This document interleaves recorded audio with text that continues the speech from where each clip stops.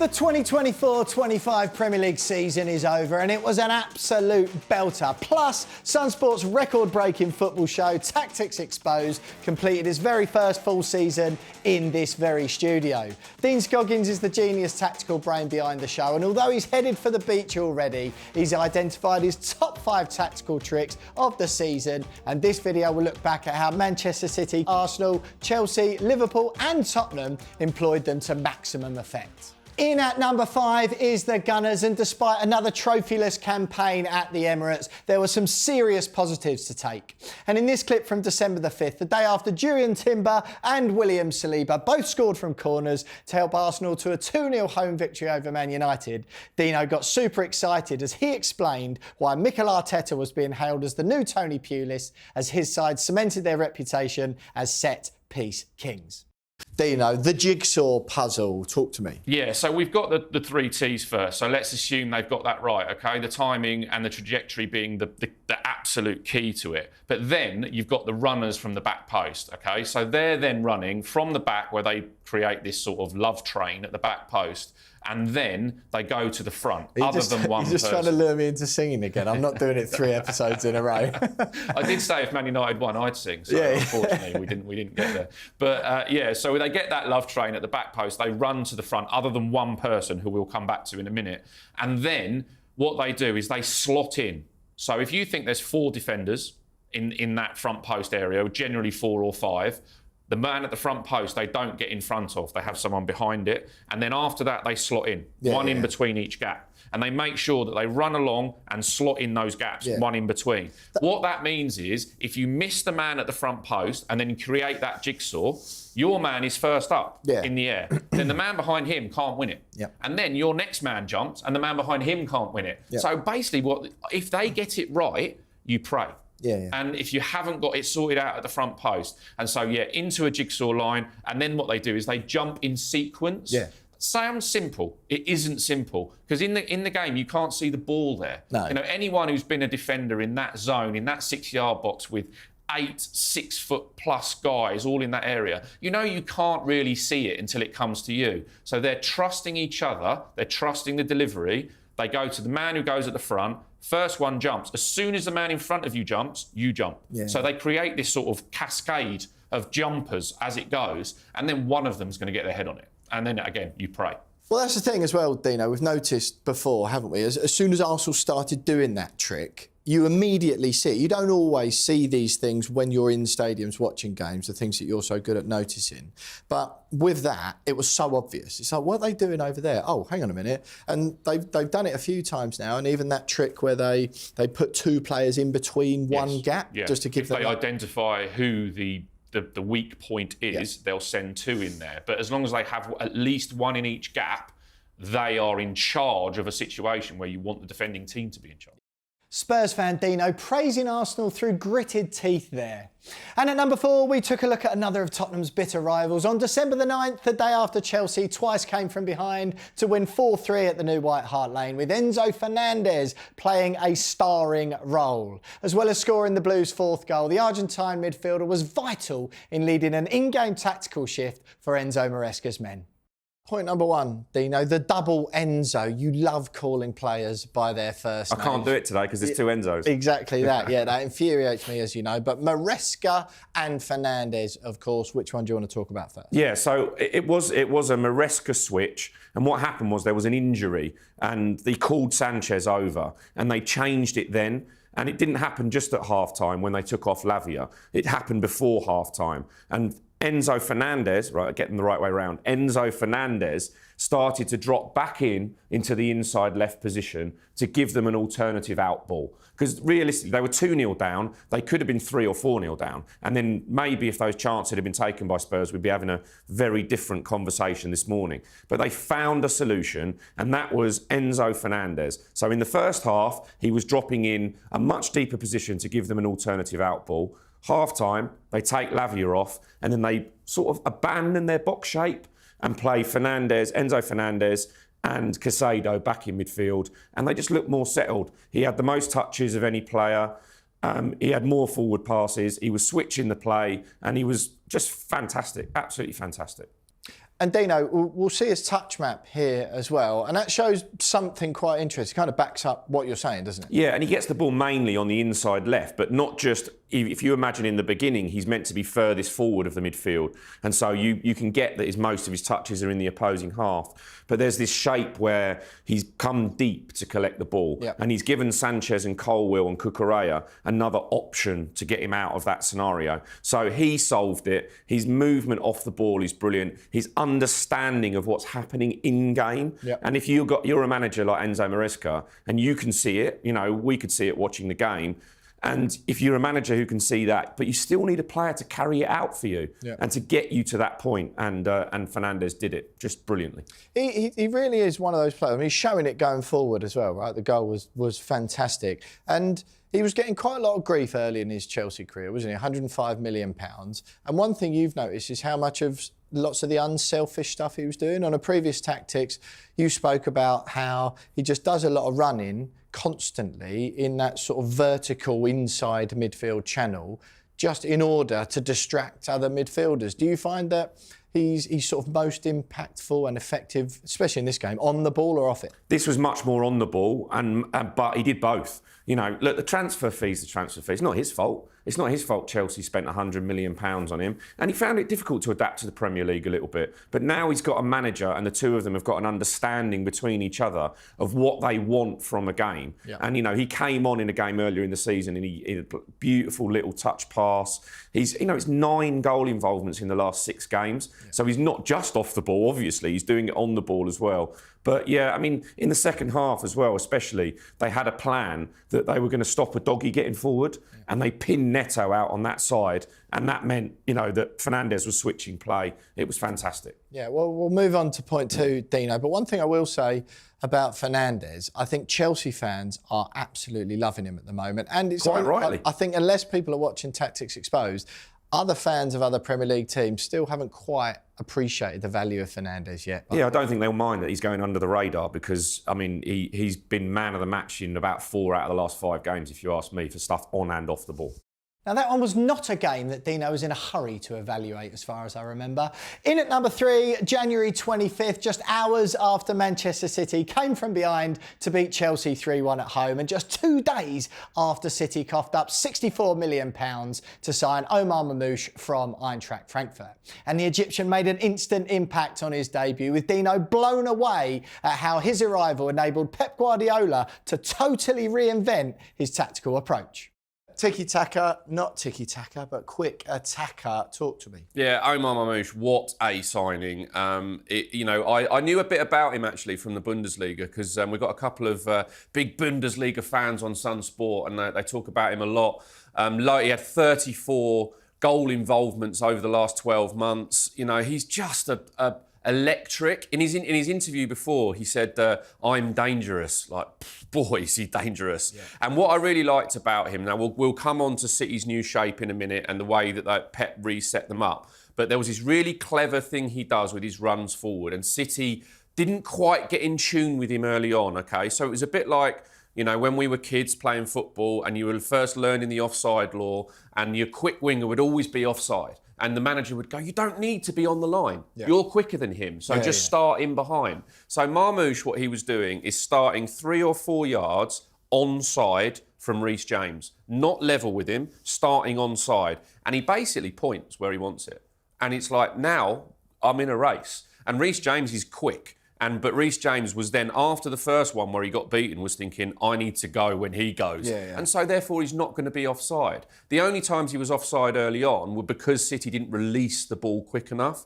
And so it was a much more direct approach from Man City. It was, we've now got a guy who's going to threaten him behind. You'd think before that Savinho and Doku, they've got the pace as well, would do a similar thing. But they hug the touchline and they want the ball to feet. And Jack Grealish is the same. And Foden comes in with the ball to feet. So it was a bit like, do they need a player like this? I tell you what, in 4 minutes, he changed the way they played. It was Chelsea squeezing up because historically Man City will try and play in between the lines, and Chelsea blocked off that square midfield. But straight away, Marmoush is going, go on, put it in there and I'll run after it. And Haaland was loving it because all of a sudden, Haaland had somebody that was going to make the run off him. Yep. And yeah, he's electrically quick. He's going to play, I think, as almost like a second striker a lot of the time. He's not come in just to be a winger, but what he did, and this is a nerdy phrase again, right? He occupied the half space, right? The half space. Okay, so there's prime tactics exposed for you as well. So he's not on the wing.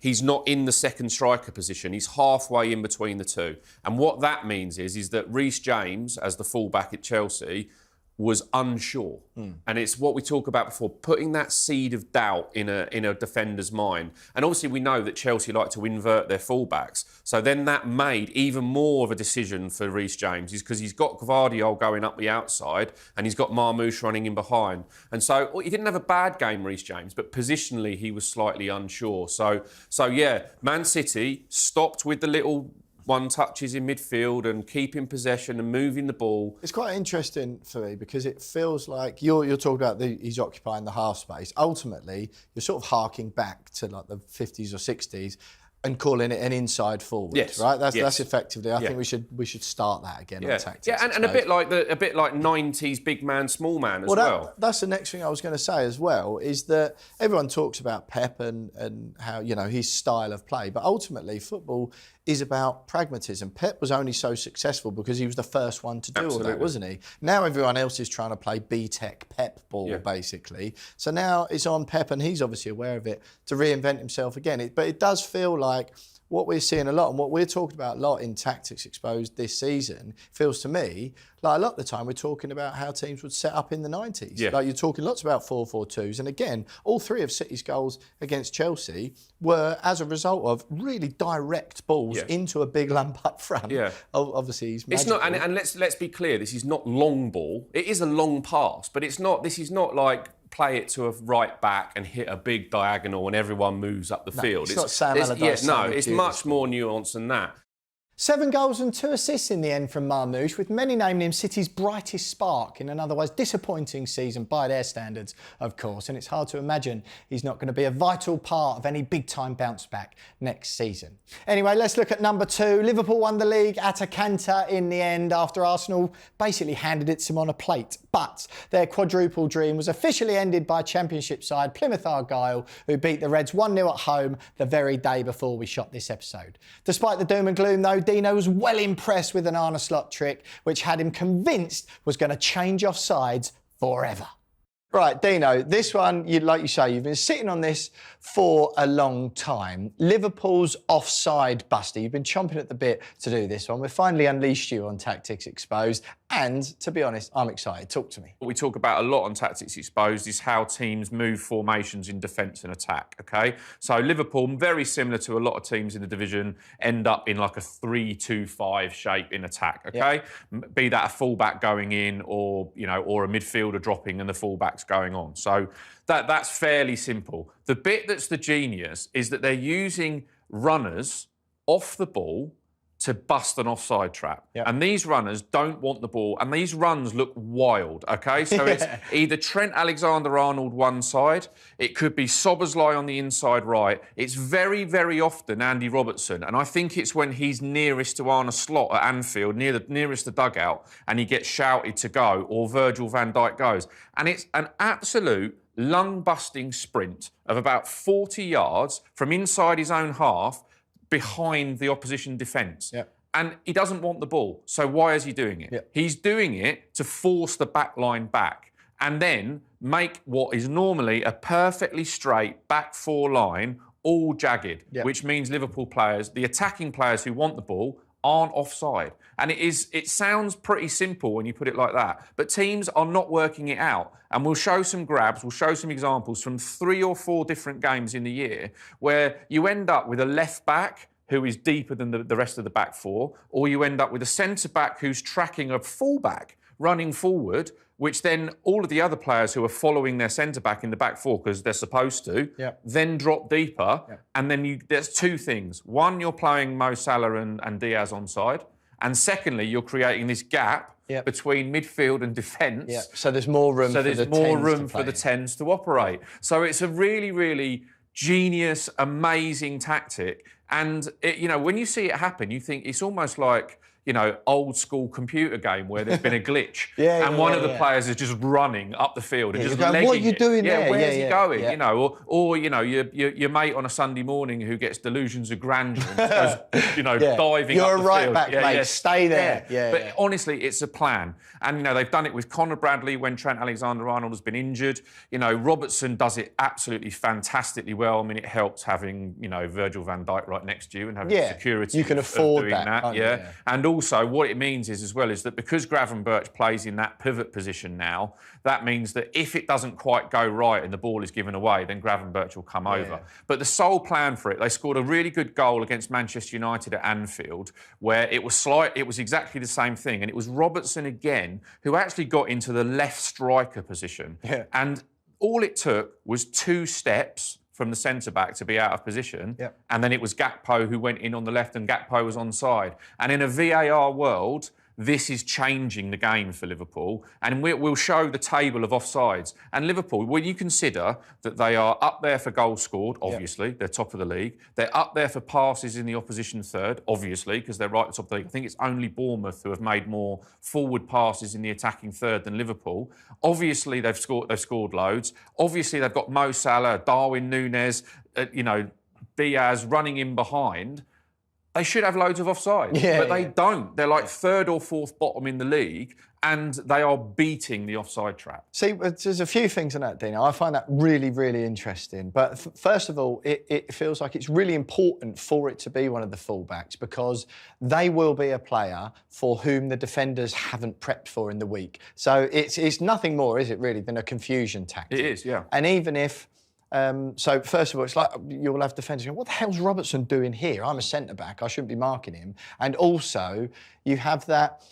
He does that lung busting run, say Robertson, for example, goes well beyond the defender. And even if the defender doesn't fully commit and go back with him, you only need him to drop that 5 yards as just... Less than that even, 2. 2 yards, 2 steps.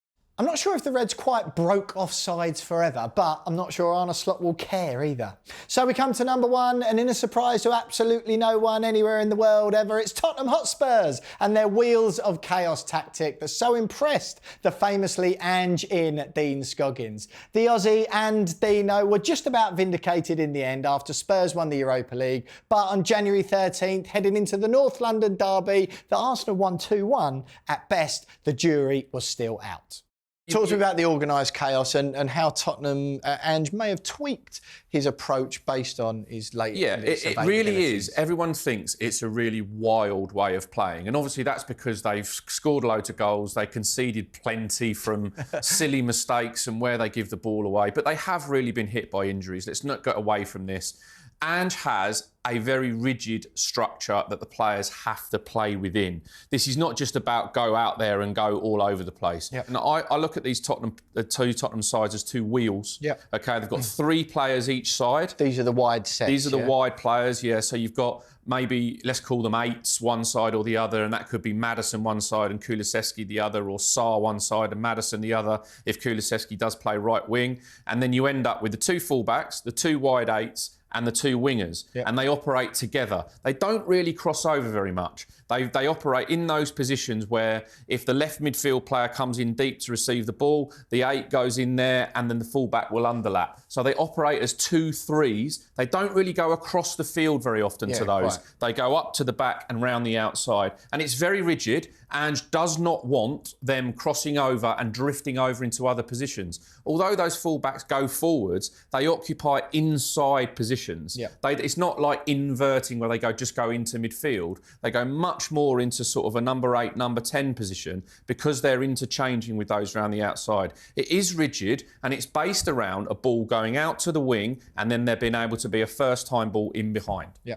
So just to clarify for anyone who's trying to picture this, we've got graphics and screen overlays as usual, but the only players really for Tottenham, bar the goalkeeper, who aren't involved in these 2 wide wheels are the two centre-backs and the centre-forward. Yes, and the holding midfielder. But he will mop up in that area and try not to get in there. But a lot of the times that we see mistakes from Spurs is when that midfield player gets a bit carried away and, gets dragged upfield and then gets counter-attacked. But other than that, they are rigid. And from their average positions and from where these 8s and 10s are, it's very difficult with Spurs to identify which those are, but they are in those positions where Maddison, let's say, is playing as the left side. We'll work with Son and Udogie. It'll be Jed Spence instead of Destiny Udogie this time at left back. And then the other side, whether it's Johnson or Kulusevski as the winger, is working with Porro and then be it Sarr or Kulusevski or Bergvall in the inside right position. So they're very rigid. It does make them sort of susceptible to teams setting up against them. And Arsenal in the North London derby at the Tottenham Stadium did that. We did a show on how Arteta dropped midfield players inside to stop that underlap.